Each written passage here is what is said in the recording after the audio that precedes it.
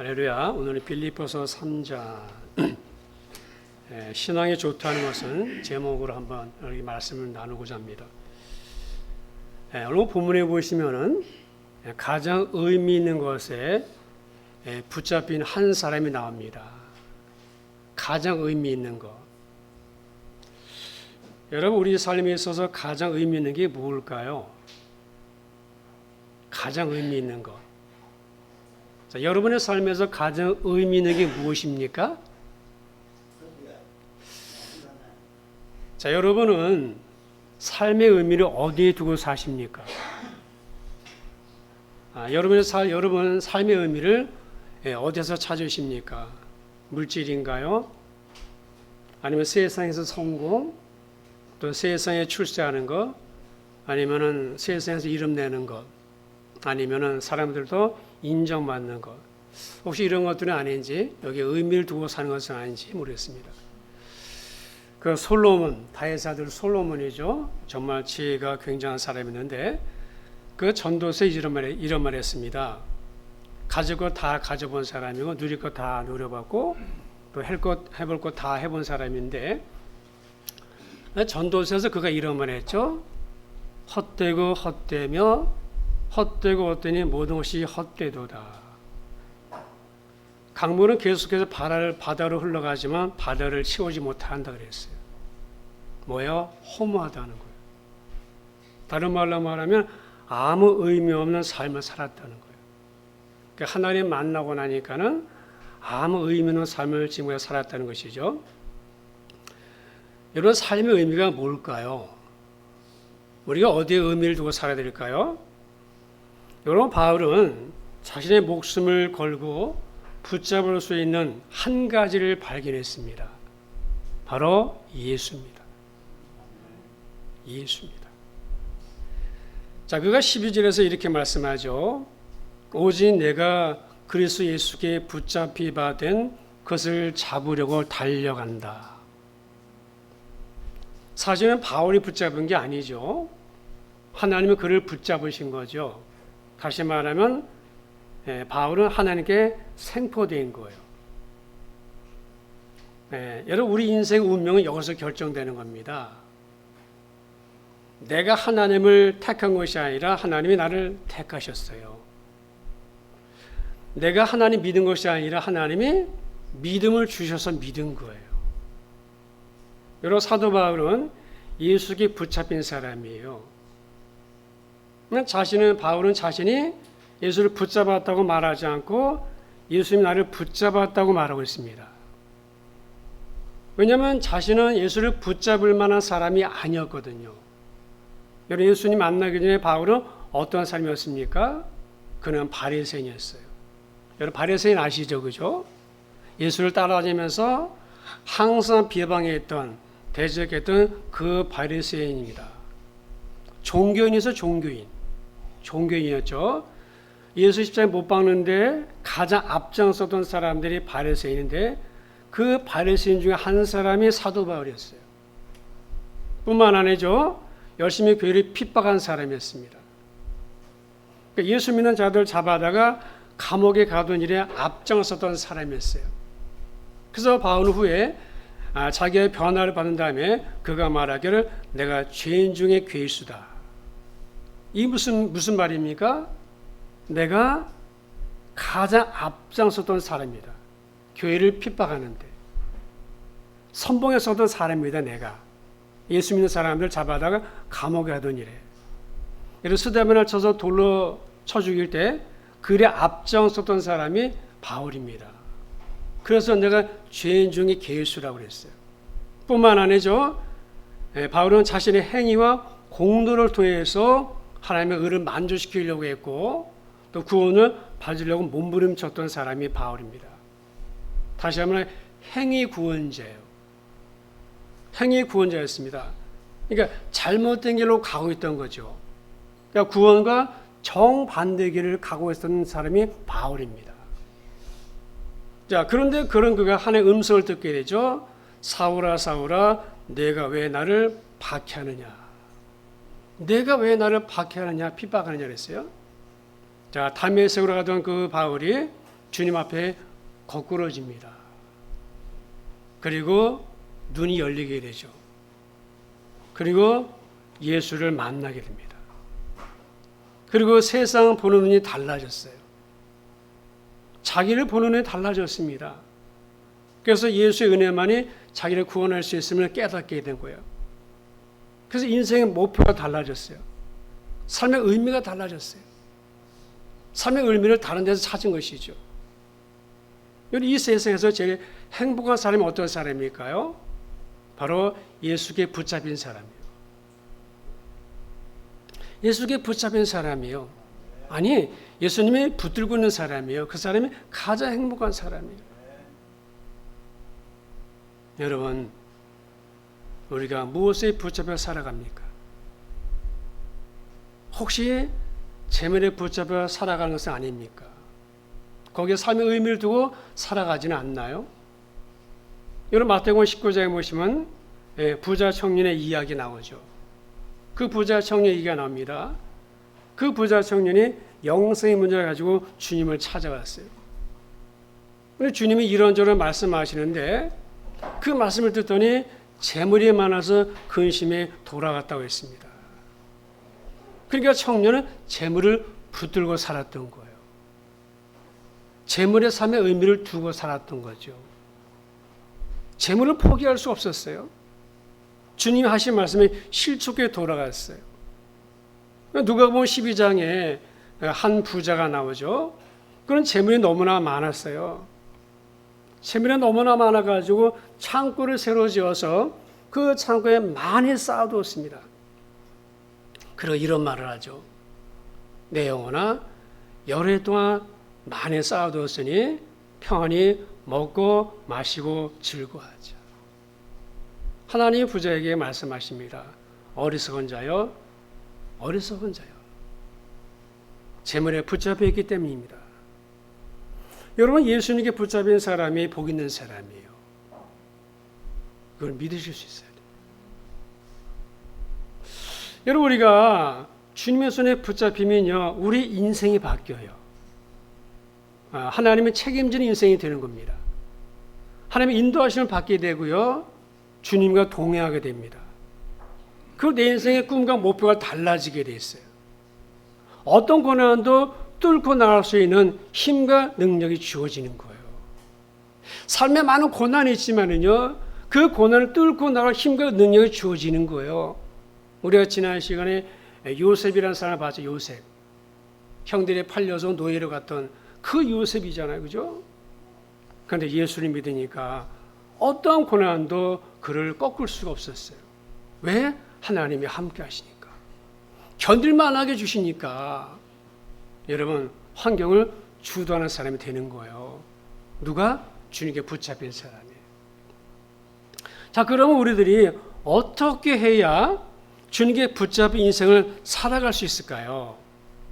내가 어떻게 주님께 붙잡혀야 될까요? 어떻게 해야 될까요? 그 첫 번째, 삶의 목표가 분명해야 됩니다. 삶의 목표가 분명해야 돼요. 여러분, 사도 바울은 삶의 목표가 분명했습니다. 그는 예수께 붙잡힌 바 된 그것을 잡으려고 달려간다고 그랬어요. 달려간다, 다시 말하면 표대, 그러니까 예수, 내 사명, 하나님의 나라, 천국 보고 달려가는 거예요. 그래서 세상의 목표가 아니라, 세상의 명예 권력이 아니라, 나 잘 되는 것이 아니라 바로 하나님, 예수였어요. 그래서 세상의 모든 것은 이제 배심을 여기는, 그보다 더 귀한 예수를 내가 붙잡았으니까. 오직 예수입니다. 빌립보서 1장 20절, 21절에 이렇게 말씀하죠. 내 간절한 기도와 소망을 따라 아무 일이든지 부끄러워하지 아니하고 지금도 전과 같이 온전히 담대하여 살든지 죽든지 내 몸에서 그리스도가 존귀하게 되게 하려 하나니 이는 내가 사는 것이 그리스도니 죽는 것도 유익하다 했어요. 그러니까 바울의 간절한 기도와 소망 무엇인가 하면 나를 통해서 예수가 존귀하게 되는 것입니다. 그 위해서 목숨을 건 거예요. 오늘 우리에게도 이런 분명한 삶의 목표가 있어야 돼요. 여러분, 삶의 목표가 무엇입니까? 저는 28에 예수를 만났어요. 28에. 대학교 4학년 때. 28이었습니다. 그 전에 교회를 전혀 안 다녔어요. 예수 믿기 전에 저의 모습은, 저의 목표는요, 저는 목표도 없었어요, 사실은. 삶의 이유도 모르는 채 살았습니다. 그냥 평범하게 직장 다니고 결혼해서 자식 잘 낳고 행복하게 사는 것이 제 목표였어요. 살아가는 이유였어요. 근데 예수를 만나고 나니까 내 삶의 목표와 목적이 달라진 거예요. 생긴 거예요. 사람의 이유를 알았어요. 내가 왜 사는가? 내가 왜 살아야 되는가? 그 삶의 이유를 예수 안에서 찾은 거예요. 예수 안에서. 그래서 제 삶의 목표는 무엇인가? 성도들을 주님 앞으로 인도하는 일이지. 그게 제 삶의 목표고 제 삶의 목적이고 제 사명이에요. 예수 만나서 사명받은 거예요. 하나님께서 내게 맡기신 여러분들을 주님 앞으로 잘 인도해 가는 일이 제 삶의 목표예요. 한 사람도 낙오되지 않고 천국으로 다 인도하는 거죠. 그래서 기도할 수밖에 없어요. 기도할 때마다 늘 기도합니다. 구원받도록 기도하는 거죠. 하나님, 구원받는 믿음을 주십시오. 하나님 알고자 하는 마음을 주세요. 하나님을 알고자 하는 마음을 주세요. 내가 알고 싶어서 아는 것이 아니라 하나님을 알고자 하는 마음을 주세요. 하나님, 베드로에게 말씀하셨죠. 이것을 내가 안 것은 혈육이 아니라 하늘에 계신 내 아버지라. 하늘에 계신 내 아버지가 나를 알게 했다는 거예요. 누가? 베드로가 스스로 안 것이 아니라 하나님 베드로에게 알게 주셔서 안 거예요. 그러니까 우리가 목표, 하나님이 우리에게 알게 주셔야 아는 것이지, 내가 이해해서, 내가 성경 공부해서 아는 것이 아니라 하나님이 은혜를 주셔야 예수가 누구인지를 우리가 알게 되는 거예요. 이게 내가 살아가는 이유고요, 내가 사는 목적이고 내게 주신 사명이기 때문에 그래요. 그래서 제가 하려는 여러분을 주님께 인도하는 일이라고 생각해요. 그래서 여러분은 예수를 소개하고 예수를 가르치고 예수를 전하는 일입니다. 그래서 성실하려고 애쓰고 있어요. 정직하려고 애쓰고 있어요. 사랑하려고 애쓰고 있어요. 언젠가 저도 하나님 앞에 설 때 새말날이 있을 텐데, 이 새말날이 분명히 있을 텐데 그때 하나님 앞에 부끄럽지 않으려고 저 자신과 날마다 싸우고 있어요. 분명히 달라진 거죠. 이전에는 그런 게 없었어요. 정말 달라진 거죠. 목회 초창기에는 그렇지 않아서 욕심도 많았어요. 그걸 어떻게 빨리 부흥시킬까? 어떻게 교회가 빨리 차려버릴까? 그런데 하나님 뜻대로 안 되게 하신 거예요. 이게 내 교회가 아니고 여러분이 내 양도 아니고 이게 하나님의 교회고 하나님의 양들이기 때문에. 그래서 하나님이 안 되게 하시고 막으시고 하나님 깨닫게 하신 거예요. 그러니까 그럴 때마다 나를 돌아본 거예요. 나 자신을 살펴봤어요. 내가 말씀에서 벗어났는가? 하나님의 뜻에서 내가 벗어났는가? 그렇게 하나님의 무릎 꿇는 시간이 많아지면서 하나하나 깨달아 알아가는 것이죠. 이제는 정말 내 삶의 이유가 뭔가 여러분을 주님께로 잘 인도해 가는 거예요. 얼마나 많이 인도했느냐, 그것이 중요한 것이 아니라 성실하게 이 삶을 잘 감당했느냐. 나도 언젠가 하나님 앞에 설 날이 있을 거 아니에요, 그죠? 근데 그때 다니엘서 말씀처럼 메네 대개 우버르시 재어보고 달아보니 부족하더라. 두리고 떨리는 마음으로 가는 거예요. 왜? 언젠가 나도 하나님 앞에 서고 죽을 날이 있을 것이니까.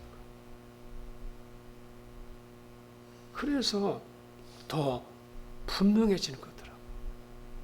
더 확실해져요. 여러분, 그래서 날마다 나 자신과 싸우는 거예요. 왜? 나도 욕심이 있으니까. 나도 좀 편하고 싶으니까. 그런 것과 내가 싸우는 거죠. 그래서 달려가는 거예요. 여러분, 바울은 말합니다. 내게서 예수가 존귀하게 되기를 원한다. 다시 말하면 나를 통해서 주님이 존귀하게 되는 것이다. 나를 통해서 주님이 드러나고, 나를 통해서 주의 이름이 높임받고, 나를 통해서 주님이 영광받기 원한다. 삶의 목적이 분명해졌죠. 그게 삶의 이유였어요. 이 이야기 한번 말씀드릴게요. 여러분 들어봤는지 모르겠는데, 그 인천의 주한장로교회, 인천에서 가장 큰 교회죠. 그 주한장로교회 주승주 목사님이 심화하시는 그 교회의 한 노 집사님 이야기입니다. 집사님 부부 이야기인데, 코로나19가 터졌을 때 그의 여름에 겪은 일입니다. 코로나가 딱 터지고 나니까 이제 사회적 거리를 뒀잖아요. 지금 없었지만은 사회적 거리를 두었잖아요. 그죠? 거리두기. 그래서 모든 식당들이 다 타격을 받았어요. 가장 큰 타격 받았죠, 식당들이. 그래서 이 집사님 부부가 예배를 마치고 나서 가까이 있는 식당을 갔습니다. 분식집에서 분식집. 왜냐하면 단골 식당이 다 문을 닫았답니다. 그래서 이 부부가 분식집에 들어가서 문을 열고 들어갔는데 식당 안에 아무도 없는 거예요. 그래서 계세요? 주인 계세요? 그랬더니 그 가게 안에 조그만 방이 있었는데, 그러니까 어려운 거죠, 그죠? 가게 안에 방이 있을 정도니까. 그런 곳이었는데 주인 계세요? 그랬더니 주인 아주머니가 그 방에서 나오시는데 그 딱 보니까 얼굴이 너무 안 좋은 거예요. 그래서 부부가 쫄면 2개 주세요 하고 주문했어요. 그러면서 이런 말을 이제 부부가 했다고 그래요. 아니, 사장님 얼굴이 왜 그러세요? 뭐 안 좋은 일이라도 있으세요? 그랬더니 그 여준이 하시는 말씀이, 코로나 때문에 사회적 거리를 두기로 해서 장사가 너무 안 돼가지고 지금 월세도 몇 달 못 내고 있다는 거예요. 그러면서 너무 마음이 심란해서 기운이 없어가지고 들어가서 누워 있었다가 나온 거예요. 그리고는 참 가슴 아픈 이야기를 하는데 이런 얘기를 해요. 어제도 잔치국수 3그릇밖에 못 팔았습니다. 하루 종일 손님 3명 온 거예요. 기운이 없으니까 가서 누워있던 것이죠. 그래서 쫄면을 주문했으니까 이제 주인이 만들어 가지고 왔어요. 그래서 남편이 먼저 먹었습니다. 남편이 쫄면을 한 젓가락 딱 먹더니 아내에게 조용히 이렇게 말하더래요. 여보, 쫄면이 맛이 갔어. 자, 그 이제 아내가 확인할 거 아니에요. 아내가 쫄면을 조금 맛보더니 이렇게 말하는 거예요. 여보, 콩나물이 상했네. 그랬더니 남편이 이제 주인을 부르려고 하는 거예요. 상한 음식이 나왔으니까. 근데 아내가 긴급히 아내를 이제 남편을 말리면서 이런 이야기를 하는 거예요. 여보, 콩나물만 빼고 먹으면 괜찮으니까 우리 그냥 먹읍시다. 장기는 뭐야? 장사하려고 콩나물을 만들어놨는데 삶아놨는데 손이 없고 하니까 오래되다가 이 콩나물이 상했던 거예요. 그걸 모르고 올려놓은 거죠. 그래서 집사님 부부가 젓가락으로 콩나물을 다 가려내놓고 쫄면을 드신 거예요. 그래서 그 두 분이 그렇게 식사를 마치고서 탁자에 돈을 올려놓고서 큰 소리로 이렇게 말하면서 나갔다고 그래요. 사장님, 쫄면 맛있게 먹었습니다. 다음에 또 올게요. 그렇게 부부가 주인의 얼굴 마주치기도 전에 나와버렸어요. 왜? 주인이 콩나물 왜 남겼냐 물어볼까봐. 이런 말 할까봐 그냥 나온 거야. 그러니까 식당을 나오자마자 남편이 부인에게 이렇게 묻더래요. 여보, 내가 당신을 잘 아는데 당신 누구보다 음식이 까다로운 사람인데 오늘 왜 그랬어? 오늘 왜 그렇게 했어? 왜 콩나물을 가려내고 먹자 그랬어? 그랬더니 아내가 하는 말이 여보, 나는 당신도 있고 또 쫄면은 얼마든지 사 먹을 수 있지만은 지금 저분은 혼자서 분식집을 하고 있는데 코로나 장사가 안 돼서 저렇게 마음이 무너져 내리는데 이러더라고요. 그래서 그렇게 했다고 그러는 거야. 참 너무 귀한 마음이잖아요. 그렇게 기분 좋게 집으로 갔어요. 그리고 이 부부가 3일 동안 그날부터 설사. 장염에 걸린 거예요. 계속 설사를 했대요. 그리고 일주일이 지난 다음에 이 부부가 거기를 또 갔어요. 그리고 쫄면 2개를 달라고 그랬어요. 처음에 주인이 잘 못 알아봤어요. 근데 주인이 쫄면을 가지고 오다가 얼굴을 보니까는 지난주 그 생각이 났나 봐요. 그러면서 이렇게 이야기를 했어요. 혹시 지난주에 괜찮았어요?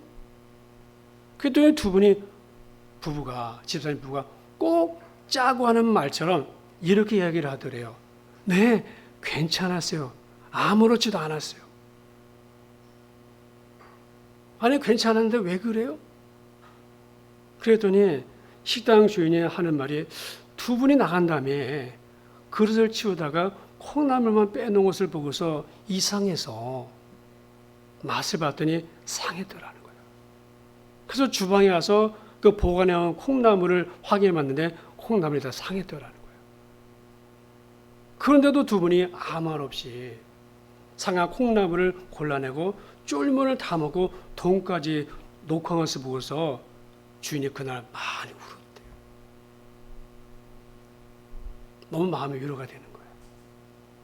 그래서 그 이후부터 집사님 부부가 예배를 마치고 나서 그 식당을 꼭 갔다고 그래요.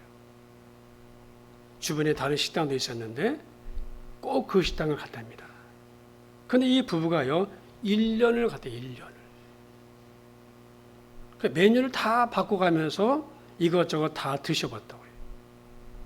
1년 가까이 지난 어느 시점에 주인이 어느 날 이 집사님 부부에게 이렇게 말하더래요. 네, 지난주에 교회에 등록했습니다. 저도 이제 교회 다니려고요.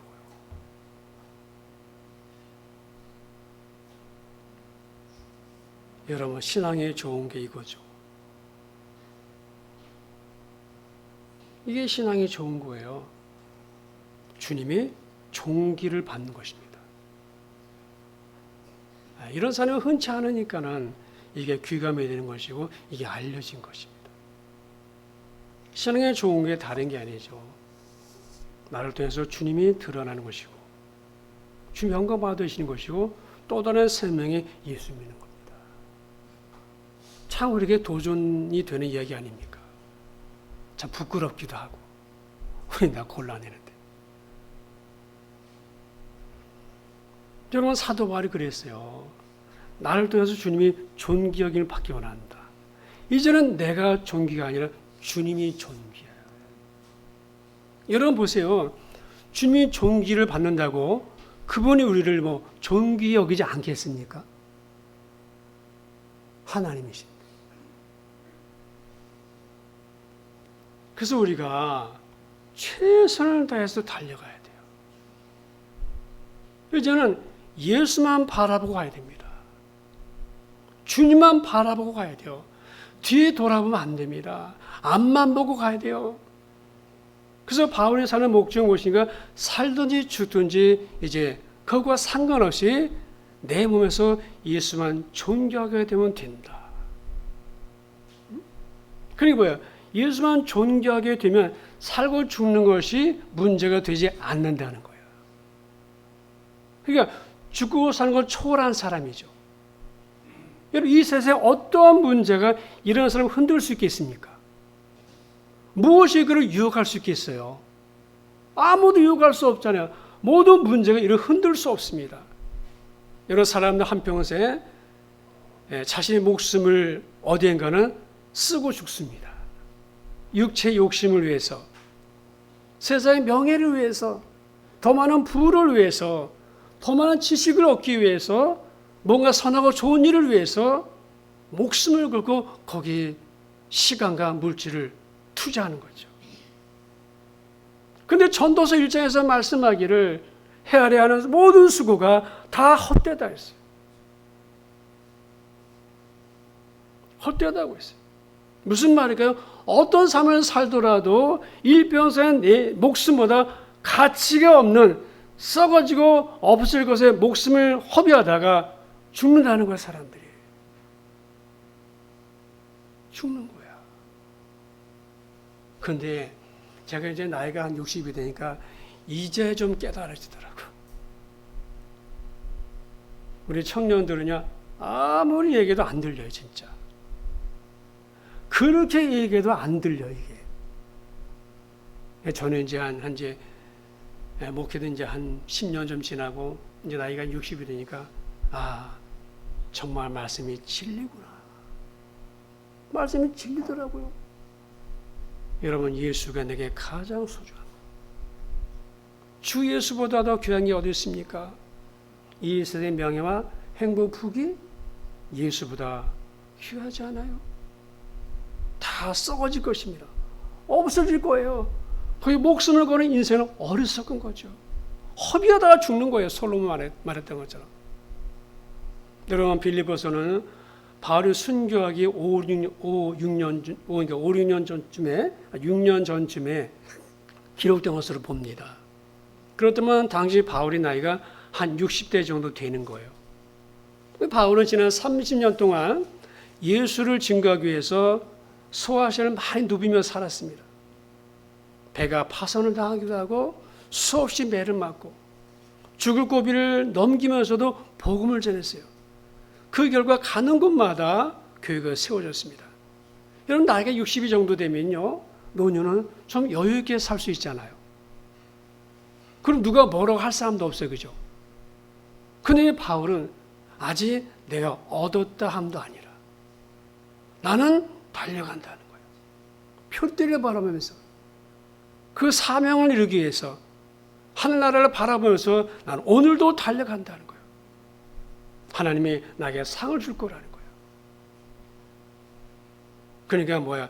나는 아직 주님의 목표에 도달하지 못했다는 거야. 그래서 오늘도 뒤에 것은 다 잊어버리고 앞에만 보고 달려간다는 거예요. 달려간다는 게 뭡니까? 마치 사냥개가 먹잇감을 잡으러 가는 것 같은 거예요. 이게 달려가는 거예요. 사냥개, 배고픈 사냥개가 그 먹잇감을 향해 달려가는 거, 이게 달려가는 거예요. 그런데 지금 사도 바울의 심정이 그런 것입니다. 저도 언젠가 은퇴할 거 아닙니까, 그죠? 그만 70대일 텐데, 그때 뭐 하나? 지금부터 생각하고 있어요. 나도 침수를 배워서 선교지 가서 침수를 베풀까? 그러다가 생을 마감할까? 그런 생각이 들더라고요. 주를 위해서 내가 뭐 하다 죽을까? 주를 위해서 내가 뭐 하다 죽을까? 뭘 하면 좋을까? 뭐 해야 주님이 기뻐하실까? 뭘 해야 주님을 원하시는 삶을 살 수 있을까? 근데 바울을 보니까 오늘 60이 넘었는데 또 달려가더라. 그래서 바울이 이런 말하죠. 디모데후서에 나는 선한 싸움을 싸우고 내 달려가기를 마치고 믿음을 지켰으니 이제 후로는 나를 위하여 의의 멸관이 예배되었으므로 주 곧 의로우신 재판장이 그날에 내게 주실 것이라. 여러분, 바울은 뭔가 본 거예요. 바울은 뭔가 확신을 가진 거예요. 그 날에 내게 주신다. 그걸 바울은 본 거예요. 그런데 내게만 아니라 나와 같이 달려간 모든 사람들에게 하나님이 주실 것이라는 거예요. 그러니까 뭐야, 지금 디모데에게 말하죠. 너도 목회자로서 나처럼 달려가라는 거예요. 주를 위해서 달려가라는 거예요. 멈추지 말고.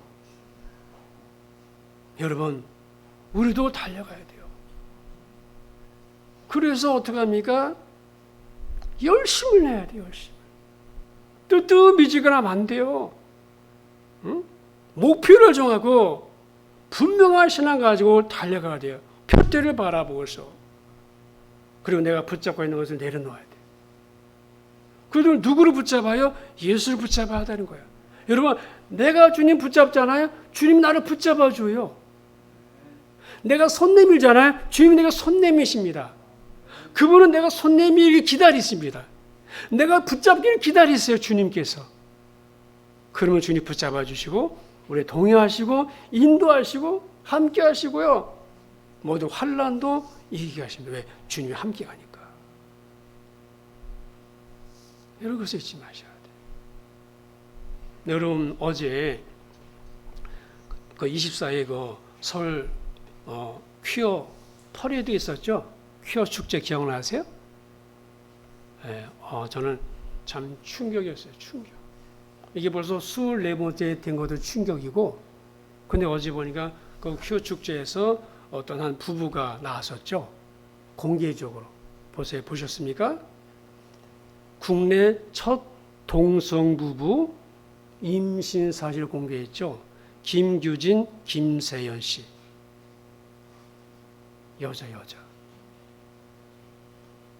여자가 둘이 결혼한 거야. 네, 한 사람은 남자 역할이고 한 사람 여자 역할인데 김규준 씨와 배우자 김세연 씨 2019년 5월에 미국 뉴욕에서 혼인신고를 하고 그해 11월 한국에서도 결혼식 올렸답니다. 근데 이들 부부가 임신을 했죠. 임신을. 둘 다 여자인데. 정자를 기증받은 거예요. 어디서? 벨기에에서. 우리나라는 안 되니까. 벨기에에서 정자를 기증받아서 임신을 했어요. 인공수정으로. 근데 거기에 옆에 10년차 게이 커플도 있더라고요. 그러니까 이 둘은 레즈비언이고 두 게이 커플이 함께 사진을 찍은 게 나왔어요. 뭔 생각이 드십니까? 마지막 때다. 물론 예전에도 있었겠죠. 근데 이제 커밍아웃 해가지고 지금 공개적으로 다 나오고 그리고 우리가 뭐지? 인권이라는 이름 하에 다 허용하는 거예요. 인권 참 좋죠. 인권이라는 이름 하에 다 허용하는 거죠. 우리나라도 언젠가는 이제 정자를 제공하는 날이 오게 되겠죠. 하나 주면 둘 뺏어가잖아. 퀴어 축제 처음에 반대했어요. 근데 이분이 24번째. 이번에 대구에서도 반대했다가 날리셨잖아요. 인권이란 이름으로 인권. 여러분 마지막 때는 생각이 들지 않습니까? 여러분 앞으로 점점 더 심해질 거예요. 더 좋아지진 않겠죠. 여러분 제가 세상에 관영할 때 무엇이 있었습니까? 하나님의 심판이 있었어요. 노아 홍수가 그랬어요. 소돔과 고모라가 그랬어요. 그죠? 가나안 땅도 마찬가지였어요. 죄가 관여하면 하나님의 심판이 있었어요. 그러나 지금은 이제 마지막 심판이에요. 이 세상에 죄가 관여하면은 주님이 재림하실 거예요. 온 세상이면 마지막 되는 거예요. 그러니까 우리가 어떻게 합니까? 예수를 꽉 붙잡아야 돼요. 물질도 다 놓고 할 거예요. 여러분 말씀만 기억하십니까? 너희가 세상에 아무도 가지고 온 것이 없음에 또한 세상에 아무도 가지고 가지 못한다. 공수래 공수거잖아요. 아무도 못 갖고 가요. 그것은 모든 종교도 다 알아요. 오직 무엇으로 갑니까? 믿음 하나 가는 거예요. 예수가 구원이죠. 바울은 예수를 만났어요. 그래서 지금까지 갖고 있는 그 모든 율법의 의, 자기 힘을 학벌들 너무나 중요하지만 로마 신권도 중요하지만 그러나 그거 다 내려놓고 이제 내가 예수만 붙잡는다. 예수 붙잡는 거야. 여러분 주님께 붙잡혀야 돼. 그래야 주님의 인생 책임져. 동행의 축복받습니다. 마귀가 손대지 못해. 어떤 고난도 뚫을 수 있는 힘과 능력이 주어집니다. 내가 혼자 고난 당하는 게 아니에요. 주님이 함께 고난 당하는 거예요. 그분이 힘을 주십니다. 감당할 만한 힘도 주시는 거예요. 여러분 바라기는 예수께 꽉 붙잡으시고 표대를 바라보고 달려가세요. 신앙생활도 열심을 내세요. 신앙이 무엇인가? 신앙 종류가 뭔가? 아까 그 부부처럼 말이죠. 예수를 믿는, 주님께 붙잡히는, 주님 붙드는, 그것이 느슨해지지 않도록, 느슨해지지 않도록 꽉 붙잡으시고 주님 축복합니다. 그래서 나중에 천국에서 다 만납시다. 저기 만납시다. 갔는데 없으면 어떻게 다 만나시 천국에서. 그날을 바라보면서 이 한 주도 승리하세요. 어려워도 힘들어도 주님이 나와 함께 하시 믿으시고요. 그 주님 붙잡고 한 주도 승리하세요. 힘들면 기도하시고 마음에 괴로우면 우시고 주 앞에서 살려달라고 도와달라고 이기게 해달라고 기도하세요. 그분이 달려오실 것입니다. 힘주실 거예요. 그 주님 붙잡으시고 이 한 주도 주 안에 승리하시기를 주 이름으로 축원합니다. 기도하겠습니다. 하나님 아버지 감사드립니다. 예수께 붙잡힌 바 된 나, 내가 무엇에 붙잡혀 살아가고 있는가? 나는 무엇을 붙들고 살아가고 있는가? 내 삶의 의미는 어디에 두고 살아가는가? 내 삶의 의미는 무엇이어야 되는가? 예수라고 했습니다. 하나님, 바울은 예수를 몰랐던 사람이지만은 그러나 하나님 그에게 찾아오셔서 예수를 알게 하시고 예수 믿게 하시고 이제는 예수는 붙들고 살아갑니다. 내가 붙잡혔다. 내가 붙들렸다. 사랑 많으신 아버지 하나님, 우리 모든 교우들이 예수께 붙잡혀 사는 삶을 살도록 인도해 주시고 표대를 바라보고 이 믿음의 선한 싸움을 싸우고 달려가게 하여 주시옵소서. 그런 믿음을 지키게 하여 주시옵소서. 예수님의 이름으로 기도드립니다. 아멘.